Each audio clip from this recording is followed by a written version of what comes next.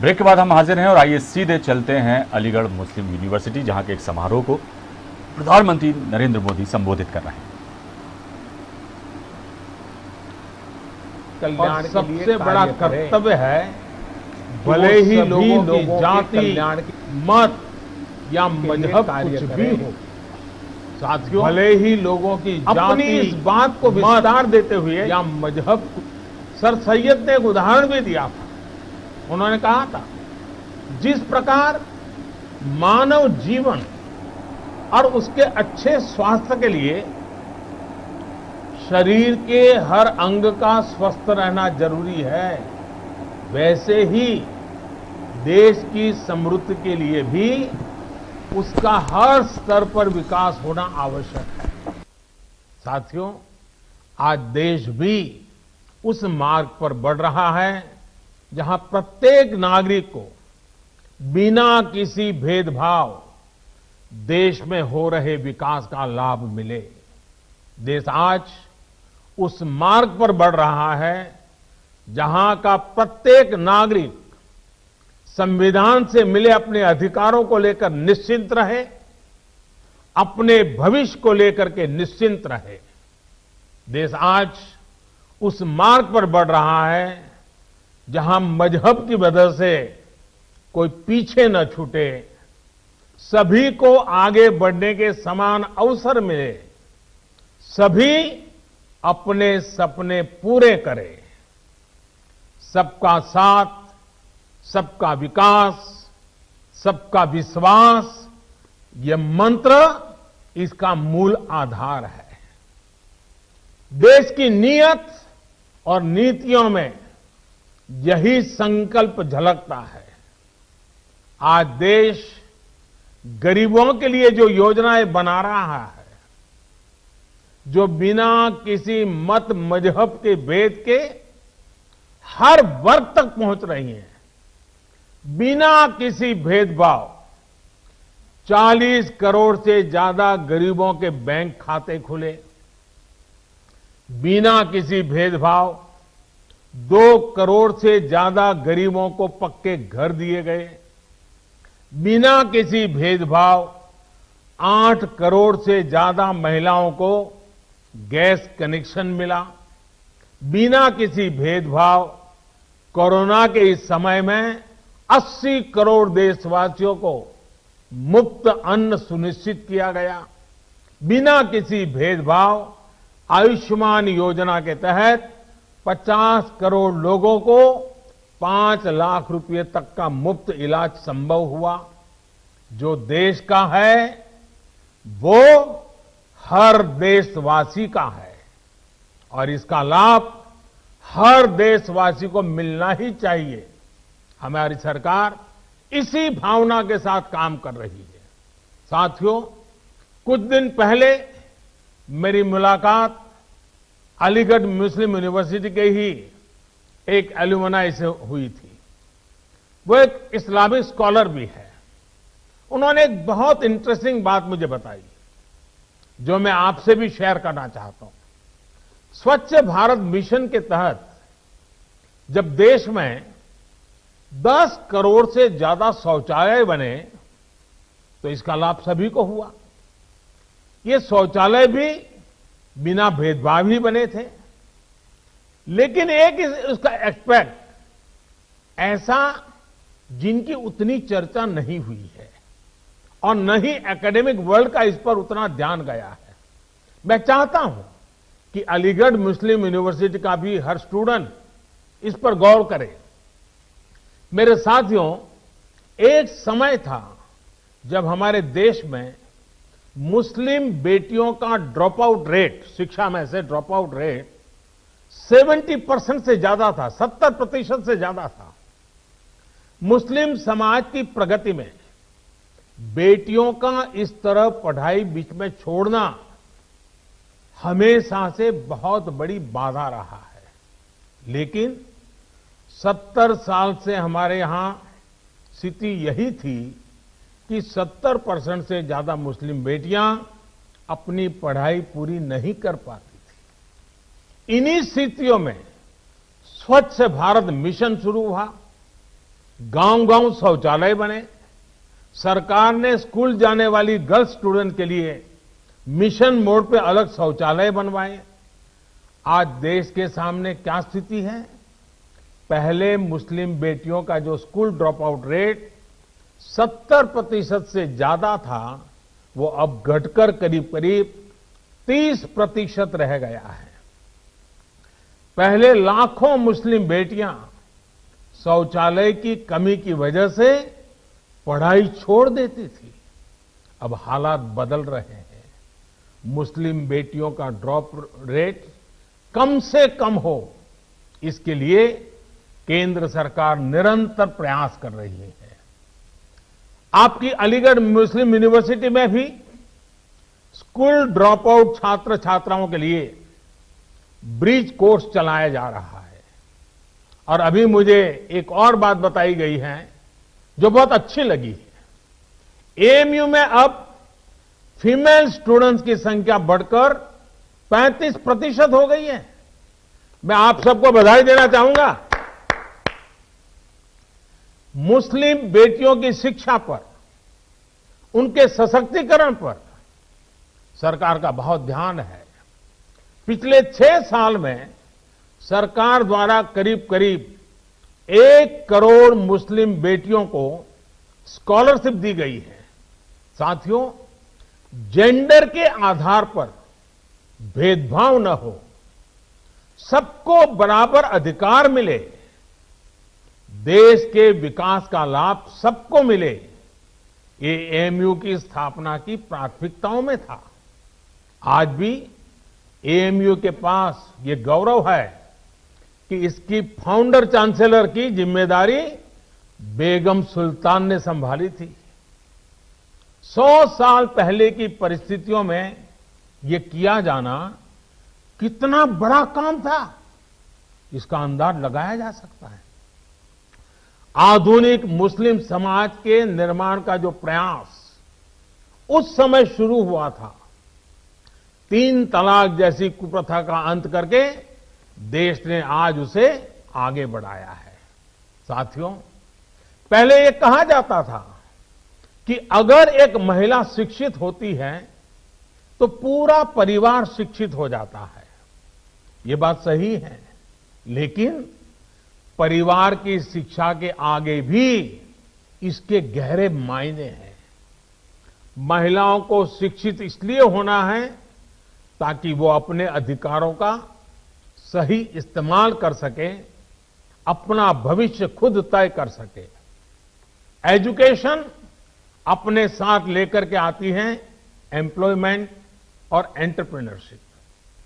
Employment और entrepreneurship अपने साथ लेकर आते हैं इकोनॉमिक इंडिपेंडेंस। इकोनॉमिक इंडिपेंडेंस में होता है एम्पावरमेंट। एक एम्पावर्ड विमेन का हर स्तर पर, हर फैसले में उतना ही बराबर का योगदान होता है जितना किसी और का। फिर चाहे बात परिवार को डायरेक्शन देने की हो या फिर देश को डायरेक्शन देने की। आज जब मैं आपसे बात कर रहा हूं तो देश की अन्य शिक्षा संस्थाओं से भी कहूंगा कि ज्यादा से ज्यादा बेटियों को शिक्षा में जोड़े और उन्हें सिर्फ एजुकेशन ही नहीं बल्कि हायर एजुकेशन तक लेकर के जाएं। साथियों, एएमयू ने हायर एजुकेशन में अपने कंटेम्पररी करिकुलम में उससे बहुतों को आकर्षित किया है।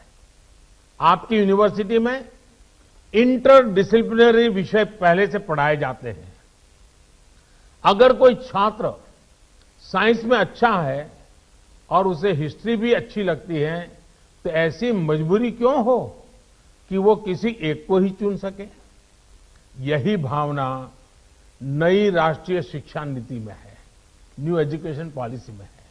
इसमें 21वीं सदी में भारत के स्टूडेंट्स की जरूरतों, उसके इंटरेस्ट को सबसे ज्यादा ध्यान में रखा गया है। हमारे देश का युवा नेशन फर्स्ट के आह्वान के साथ देश को आगे बढ़ाने के लिए प्रतिबद्ध है। वो नए नए स्टार्टअप्स के जरिए देश की चुनौतियों का समाधान निकाल रहा है। रेशनल थिंकिंग और साइंटिफिक आउटलुक उनकी पहली प्रायोरिटी है। राष्ट्रीय शिक्षा नीति में भारत के युवाओं की इसी एस्पिरेशंस को प्राथमिकता दी गई है। हमारी कोशिश ये भी है कि भारत का एजुकेशन इकोसिस्टम दुनिया के आधुनिक शिक्षा व्यवस्थाओं में से एक बने। नई नेशनल एजुकेशन पॉलिसी में जो मल्टीपल एंट्री है, एग्जिट पॉइंट की व्यवस्था है, उससे स्टूडेंट्स को अपनी शिक्षा के बारे में फैसले लेने में आसानी होगी। हर एग्जिट ऑप्शन के बाद उन्हें एप्रोप्रिएट सर्टिफिकेट भी दिया जाएगा। ये स्टूडेंट्स को पूरे कोर्स की फीस की चिंता किए बिना अपना फैसला लेने की आजादी होगी। साथियों, सरकार हायर एजुकेशन में नंबर ऑफ एनरोलमेंट्स बढ़ाने और सीटें बढ़ाने के लिए भी लगातार काम कर रही है। वर्ष 2014 में हमारे देश में 16 आईआईटीज थी, 16। आज 23 आईआईटीज हैं, 23। वर्ष 2014 में हमारे देश में 9 ट्रिपल आईटीज थी, 9 ट्रिपल आईटीज थी। आज 25 ट्रिपल आईटीज हैं। वर्ष 2014 में हमारे यहां 13 आईआईएम्स थे, आज 20 आईआईएम्स हैं। मेडिकल एजुकेशन को लेकर भी बहुत काम किया गया है। 6 साल पहले तक देश में सिर्फ 7 एम्स थे, आज देश में 22 एम्स हैं। शिक्षा चाहे ऑनलाइन हो या ऑफलाइन, सभी तक पहुंचे, बराबरी से पहुंचे, सभी का जीवन बदले, हम इसी लक्ष्य के साथ काम कर रहे हैं। साथियों, एएमयू के 100 साल पूरे होने पर मेरी आप सभी युवा पार्टनर्स से कुछ और अपेक्षाएं भी हैं। क्यों ना 100 साल के इस मौके पर एएमयू के 100 हॉस्टल्स एक एक्स्ट्रा करिकुलर टास्क करें। ये टास्क देश की आजादी के 75 साल पूरे होने से जुड़े हों। जैसे एएमयू के पास इतना बड़ा इनोवेटिव और रिसर्च ओरिएंटेड टैलेंट है, क्यों न हॉस्टल के छात्र ऐसे स्वतंत्रता संग्राम के सेनानियों पर रिसर्च करके उनके जीवन को देश के सामने लाए, जिनके बारे में अभी उतनी जानकारी नहीं है। कुछ स्टूडेंट्स इन महापुरुषों के जन्मस्थान जाएं, उनकी कर्मभूमि जाएं, उनके परिवार के लोग अब कहां हैं, उनसे संपर्क करें। कुछ स्टूडेंट्स ऑनलाइन रिसोर्स को एक्सप्लोर करें। उदाहरण के तौर पर 75 हॉस्टल्स एक एक आदिवासी फ्रीडम फाइटर पर एक एक रिसर्च डॉक्यूमेंट तैयार कर सकते हैं। इसी तरह 25 हॉस्टल्स महिला फ्रीडम फाइटर्स पर रिसर्च कर सकते हैं, काम कर सकते हैं। एक और काम है जो देश के लिए एएमयू के छात्र छात्राएं कर सकते हैं। एएमयू के पास देश की इतनी बेशकीमती प्राचीन पांडुलिपियां हैं। ये सब हमारी सांस्कृतिक धरोहर है। मैं चाहूंगा कि आप टेक्नोलॉजी के माध्यम से इन्हें डिजिटल, इन्हें वर्चुअल अवतार में पूरी दुनिया के सामने लाएं।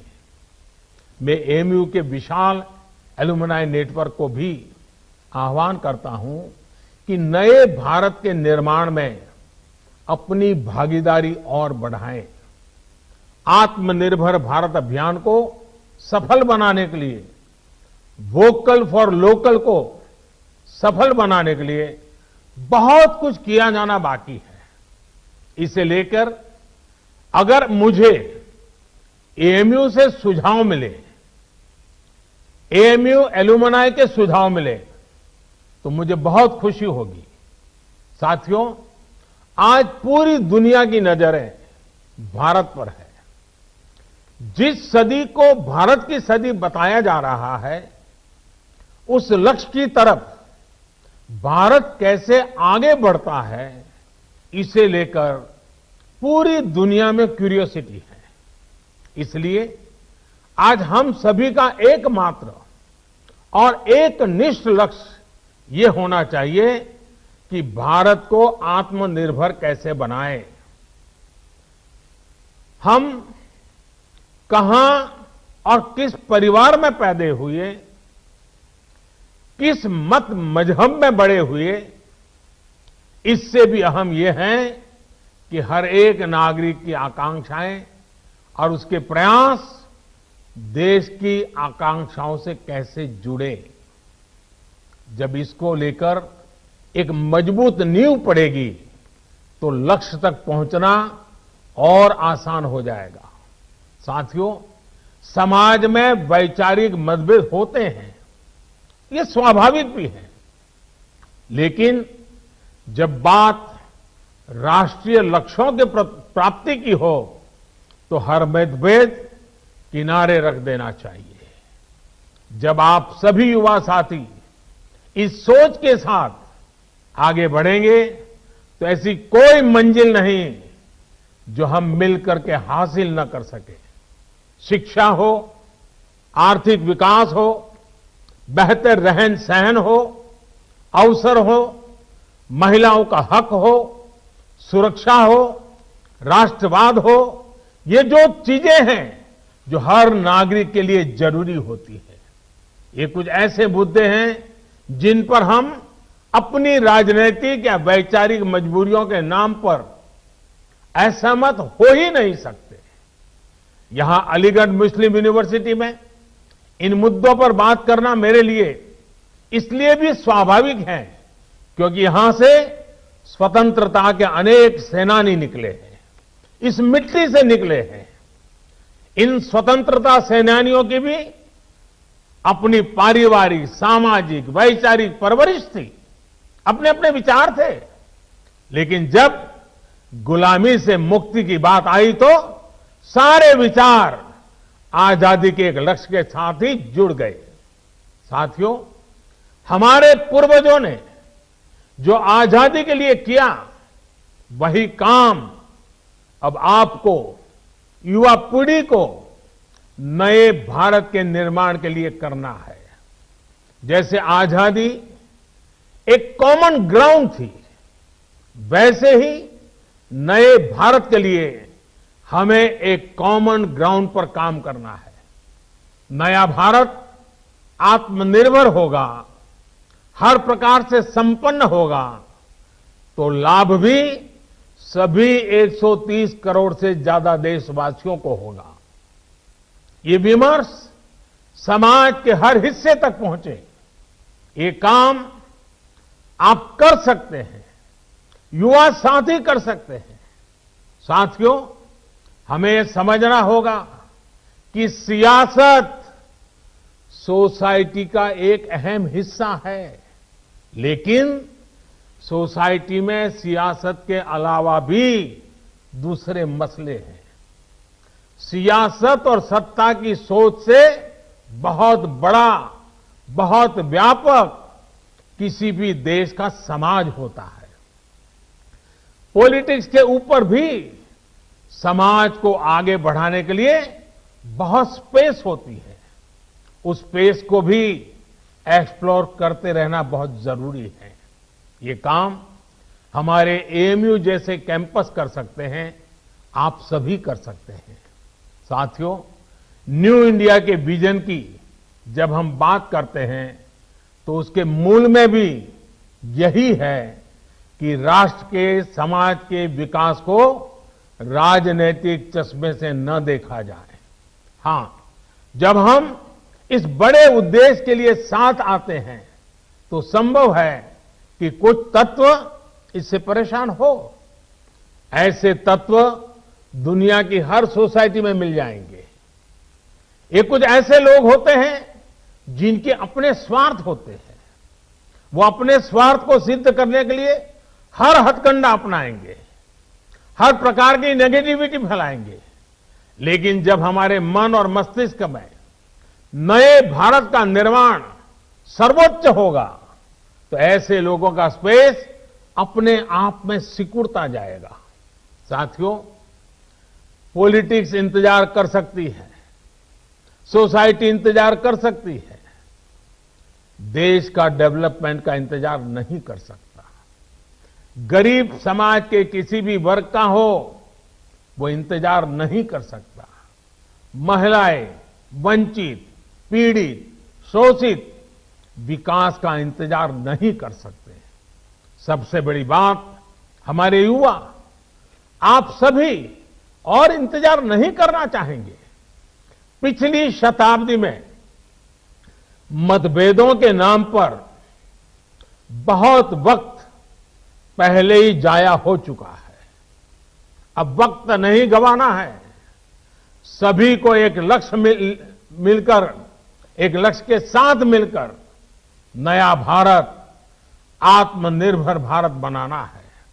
साथियों, 100 साल पहले 1920 में जो युवा थे, उन्हें देश की आजादी के लिए संघर्ष करने का, खुद को समर्पित करने का, बलिदान देने का अवसर मिला था। उस पीढ़ी के तप और त्याग से देश को 1947 में आजादी मिली थी। आपके पास, आज की पीढ़ी के पास आत्मनिर्भर भारत, नए भारत के लक्ष्य को पूरा करने के लिए बहुत कुछ करने का अवसर है। वो समय था 1920 का, ये समय है 2020 का। 1920 के 27 साल के बाद देश आजाद हुआ था। 2020 के 27 साल बाद, जो कि अगले 27 साल 2020 से 2047 आपके जीवन के बहुत महत्वपूर्ण साल है। वर्ष 2047 में जब भारत अपनी आजादी के 100 वर्ष पूरा करेगा, आप उस ऐतिहासिक समय के भी साक्षी बनेंगे। इतना ही नहीं, इन 27 साल में आधुनिक भारत बनाने के आप हिस्सेदार होंगे। आपको हर पल देश के लिए सोचना है, अपने हर फैसले में देश हित सोचना है। आपका हर निर्णय देश हित को आधार बनाते हुए ही होना चाहिए। मुझे विश्वास है, हम सब साथ मिलकर आत्मनिर्भर भारत के सपनों को पूरा करेंगे। हम सब मिलकर देश को विकास की नई ऊंचाइयों पर पहुंचाएंगे। आप सभी को एएमयू के 100 वर्ष होने पर फिर से एक बार बहुत बहुत बधाई देता हूं। और इन 100 साल में जिन जिन महापुरुषों ने इस संस्थान की गरिमा को नई ऊंचाई पर ले जाने के लिए निरंतर प्रयास किया है, आज उनका भी पुण्य स्मरण करता हूं, उन सबका भी आदर करता हूं। और फिर एक बार आज के इस पवित्र अवसर से भविष्य के लिए अनेक अनेक शुभकामनाएं देता हूं। विश्व भर में फैले हुए अलुमनाई को भी मैं उत्तम स्वास्थ्य के लिए एक शुभकामना करता हूं, उनके उत्तम भविष्य के लिए भी शुभकामनाएं करता हूं। और एएमयू के भी उत्तम भविष्य के लिए अनेक अनेक शुभकामनाओं के साथ मैं आपको विश्वास दिलाता हूं कि ये सरकार आपकी प्रगति के लिए, आपके सपनों को साकार करने के लिए हम भी कभी पीछे नहीं रहेंगे। इसी एक विश्वास के साथ आपका बहुत बहुत धन्यवाद, बहुत बहुत धन्यवाद।